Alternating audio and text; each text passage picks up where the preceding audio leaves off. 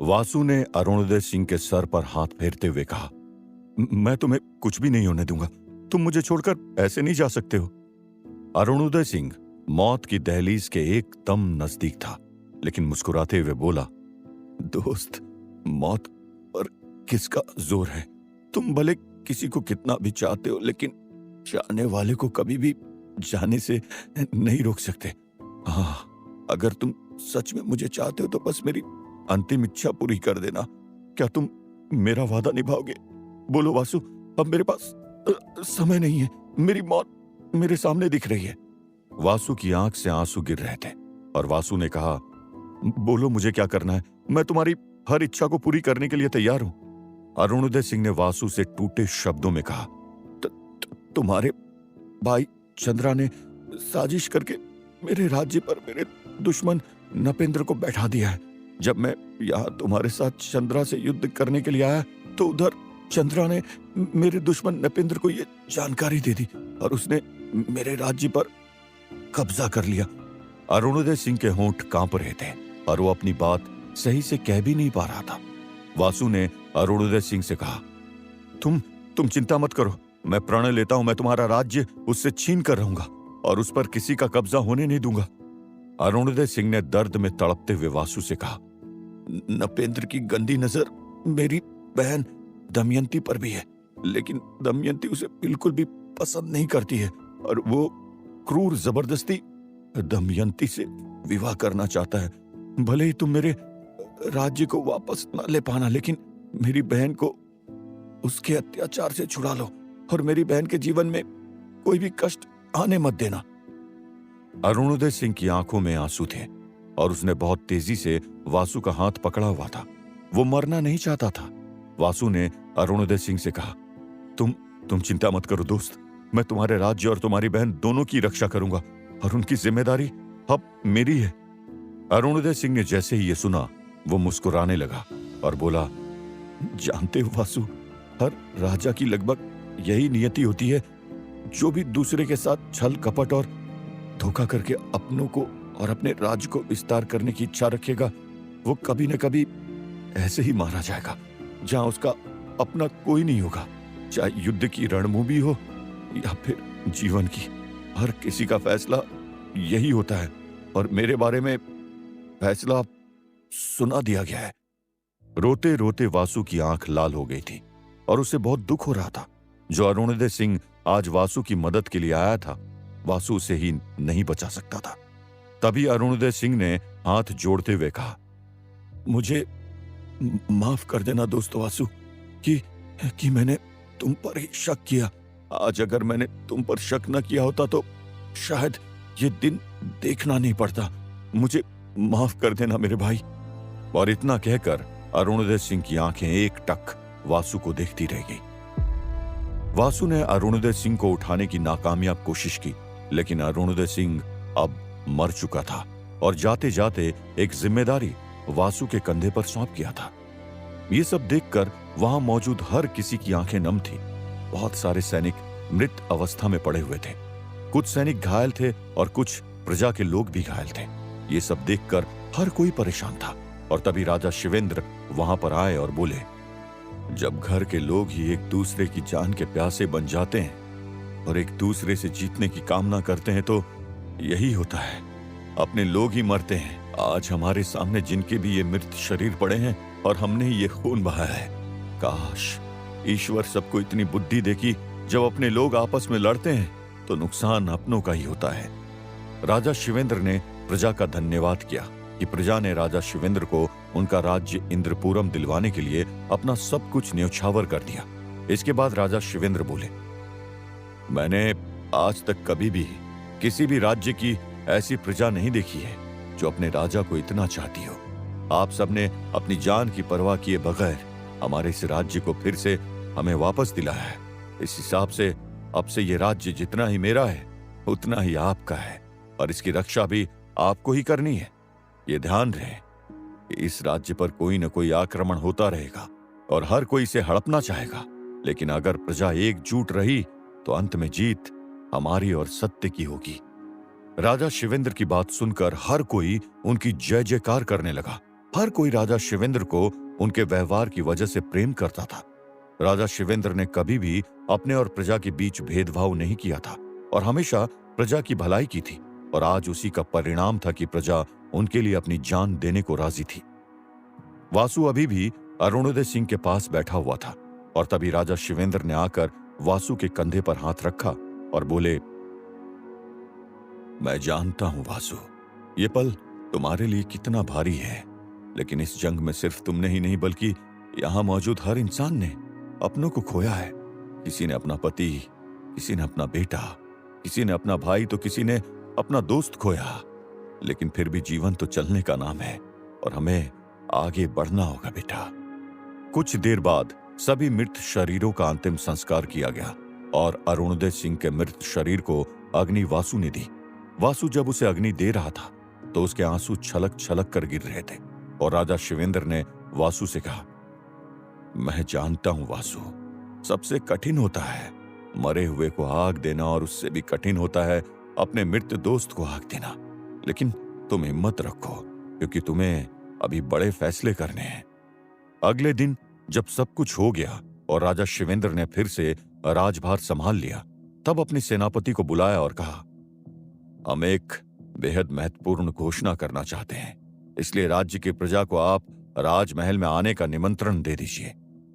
सेनापति ने राज्य में ऐलान करवा दिया और कुछ ही देर में सभी को उपस्थित होने के लिए कहा।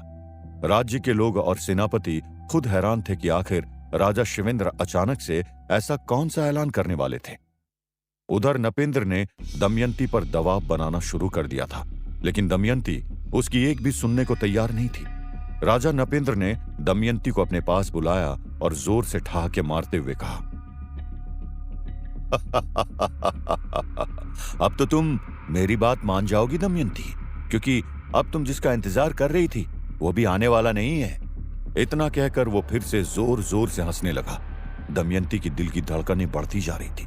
तभी नपेंद्र ने कहा, अब तुम अपने किस भाई की कलाई में राखी बांधोगी जब तुम्हारा भाई ही। नपेंद्र हंसता जा रहा था और दमयंती डरी हुई थी। दमयंती ने नपेंद्र से कहा, भैया भैया को क्या हुआ, पूरी बात को नपेंद्र सिंह। दमयंती को समझ आ गया था कि कुछ न कुछ अशुभ हुआ है और इसीलिए दमयंती की आंख से आंसू थमने का नाम ही नहीं ले रहे थे। तभी नपेंद्र ने अरुणोदय सिंह की मौत का मजाक बनाते हुए दमयंती से कहा, तुम्हारा भाई तो चला गया, अब वो कभी वापस लौट कर नहीं आएगा। अब ये राज्य और तुम सिर्फ मेरी हो। अब तुम्हें मुझसे कोई भी जुदा नहीं कर सकता है। यह सुनकर दमयंती ने जोर जोर से नपेंद्र के सीने पर हाथ चलाना शुरू कर दिया था और उसे मारते हुए बोली, अपने मुंह से ये अशुभ बातें बोलना बंद कर और मेरे भैया को कुछ भी नहीं होगा। याद रख, वो मेरा भाई है, वो मुझे तकलीफ में छोड़कर कहीं नहीं जा सकता। वो मौत से भी लड़ जाएगा लेकिन मुझे तुझ जैसे राक्षस से जरूर मुक्ति कराकर ही रहेगा। जैसे ही दमयंती ने फिर से नपेंद्र को मारना शुरू किया, तुरंत ही कुछ सैनिकों ने आकर दमयंती को घेर लिया और सैनिक जैसे ही दमयंती को छूने वाले थे तभी नपेंद्र ने कहा, रुक जाओ, तुम्हारी हिम्मत भी कैसी हुई कि तुम दमयंती को हाथ लगाने के बारे में सोचो भी। इस हुस्न पर सिर्फ मेरा हक है और अगर किसी ने भी इसे छुआ तो उसकी सजा मौत होगी, मौत। सैनिक पीछे हट गए और नपेंद्र ने जोर से दमयंती को अपनी तरफ खींचते हुए कहा, अब जल्दी से यह फैसला कर लो कि तुम्हें नरक में जीना है या मुझसे विवाह करना है, क्योंकि इन दोनों के अलावा तुम्हारे पास और कोई विकल्प नहीं है और अब तो तुम्हारे भाई का विकल्प भी समाप्त हो गया है। इतना कहकर नपेंद्र दमयंती को झटक कर गिरा दिया और सैनिकों को आदेश देते हुए बोला, ले जाओ दमयंती को और कैद खाने में बंद कर दो। इसे मुझसे विवाह करने के लिए राजी करो, चाहे कुछ भी हो जाए। कोई भी तरीका अपनाओ लेकिन इसे राजी करो। मुझे हर हालत में इसकी हाँ चाहिए और अगर तुम लोग इतना भी नहीं कर पाए तो फिर सजा भुगतने के लिए तैयार हो जाना। उधर इंद्रपुरम के राजमहल में प्रजा की भीड़ एक बार फिर से इकट्ठा हो गई थी, लेकिन इस बार यह भीड़ युद्ध के लिए नहीं थी बल्कि राजा शिवेंद्र के बुलावे पर आई थी। जब सब लोग आ गए तो थोड़ी देर बाद वासु भी आकर सबके सामने बैठ गया। कुछ लोग अभी भी वासु को राज्य का उत्तराधिकारी नहीं मानते थे और अभी भी वासु को अपशगुनी मानते थे। वहीं कुछ लोगों के विचार वासु को लेकर बदल गए थे। प्रजा के बीच वासु को लेकर बातचीत चल रही थी। और कोई उसे पसंद कर रहा था तो कोई उसे नापसंद कर रहा था। तभी राजा शिवेंद्र आए और जैसे ही वो अपने सिंहासन पर बैठे, सब शांत हो गए। राजा शिवेंद्र ने ऐलान करते हुए कहा, मैं आज आप सबके सामने एक घोषणा करना चाहता हूं। हर कोई राजा की घोषणा सुनने को बेताब था। तभी राजा शिवेंद्र ने कहा, मैं आज से वासु को इस राज्य का अगला राजा घोषित करता हूं। मेरे न रहने के बाद वासु ही यहां का राजा होगा। राजा शिवेंद्र के इतना बोलते ही लोगों की आपस में फुसफुसाहट शुरू हो गई। कोई राजा शिवेंद्र के फैसले से खुश था तो कोई राजा शिवेंद्र के इस फैसले को गलत ठहरा रहा था। तभी राजा शिवेंद्र ने लोगों से कहा, देखिए, अब जो हो गया वो हो गया। जो हुआ था उसमें वासु का दोष नहीं था, सब कुछ नियति के कारण हुआ था। लेकिन फिर भी वासु ने अपनी खोई हुई शक्तियों को हासिल करने के लिए पूरी कोशिश की है। वो उन शक्तियों को पाने के बेहद करीब पहुंच भी गया था और उन शक्तियों के साथ ही राज्य वापस आना चाहता था। लेकिन आपकी और हम सब की भलाई के लिए उसने अपनी सारी मेहनत को ताक पर रख दिया और इंद्रपुरम और आप लोगों को बचाने के लिए भागता हुआ चला आया। प्रजा में सन्नाटा सा छाया हुआ था और उधर वासु भी राजा शिवेंद्र के इस फैसले से खुश नहीं था। तभी राजा शिवेंद्र ने जोर देते हुए बोला, आखिर हमें ऐसा राजा कहां मिलेगा जो हमेशा ही अपनी प्रजा की भलाई चाहता हो, जो अपनी प्रजा के लिए सब कुछ करने को तैयार है, जो अपनी प्रजा के लिए सब कुछ त्याग सकता है, यहां तक कि अपने प्राण त्यागने के लिए भी न सोचे। ऐसा राजा मिल पाना बेहद मुश्किल है। वासु लगातार राजा शिवेंद्र को रोकने की कोशिश कर रहा था। वहीं प्रजा ध्यान से राजा शिवेंद्र की हर एक बात को सुन रही थी। राजा शिवेंद्र ने आगे कहा, मैं समझता हूं अगर मेरे बाद कोई भी सिंहासन पर बैठने के काबिल है तो वो है वासु। मैं जानता हूं ये गद्दी बेहद महत्वपूर्ण है और इसलिए किसी को भी सौंपी नहीं जा सकती है। इस सिंहासन का हकदार वही है जो यहां से बैठकर अच्छे से नीति निर्धारण कर सके और प्रजा की भलाई के बारे में सोच सके। राजा शिवेंद्र ने तो ऐलान कर दिया था, लेकिन वासु इंद्रपुरम में एक दिन भी रुकना नहीं चाहता था। वो अपनी शक्तियां भी पाना चाहता था और नपेंद्र के अत्याचार से दमयंती को बचाना था। राजा शिवेंद्र के ऐलान के बाद जब सब जाने लगे तभी वासु ने बीच सभा में सबके सामने आकर कहा, आप सब जाइए मत, रुक जाइए और यहीं खड़े रहिए। मैं भी आप सबको अपना फैसला बताना चाहता हूं और अपनी बात आप सबके सामने रखना चाहता हूं। क्या वासु राजा शिवेंद्र की बात मान जाएगा या फिर वो मणि और शक्तियों को पाने के लिए फिर से यात्रा पर निकल जाएगा? क्या वासु अरुणोदय सिंह को किया हुआ वादा निभाकर दमयंती को बचा पाएगा? क्या वासु नपेंद्र के कब्जे से अरुणोदय के राज्य नंदगढ़ को मुक्त करा पाएगा?